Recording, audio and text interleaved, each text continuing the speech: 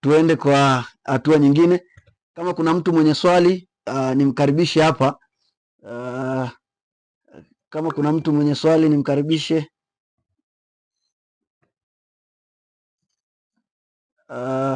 Kama hamna nimkaribishe Festo.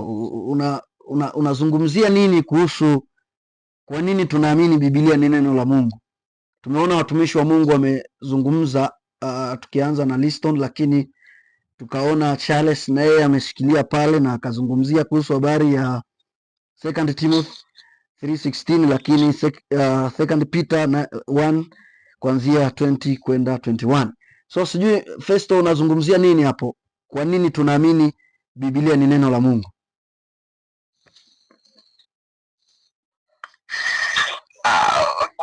Nashukuru sana nafasi niliopewa pia kuweza kuchangia mada hii ambayo iko mezani. Swali la kwanza ni kwa nini tunaamini Biblia ni neno. Kwanza kuliweka tu swali namna hii, yake ni kwa sumu kwamba kila mtu hapa anaamini neno la Mungu, na mimi ni mmoja wapo ambao naamini kwa Biblia ni neno la Mungu. Kwa nini naamini Biblia ni neno la Mungu? Okay, mimi nimeamini sio kuja na hoja zao, wote wamerudi kwenye Biblia, wameisoma Biblia na wakagundua nini kinaendelea. Kwa hiyo mimi pia nimesoma Biblia na nikapata ushawishi ya kwamba Biblia ni neno la Mungu. Kwa hiyo maana yake ni kwamba siwezi kujua kama Biblia ni neno la Mungu au sio neno la Mungu ikiwa sijasoma Biblia.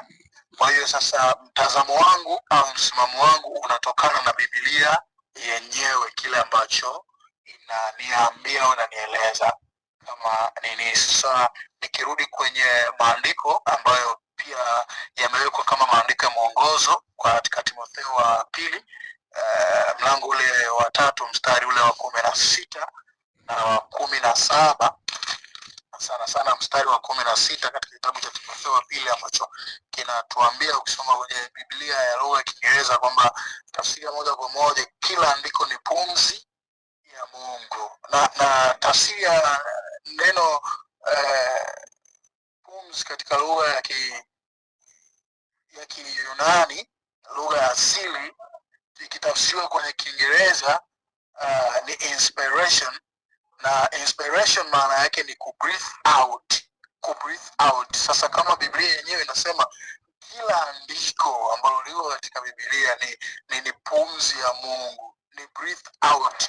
Sasa hiyo inanithibitishia kuona kwamba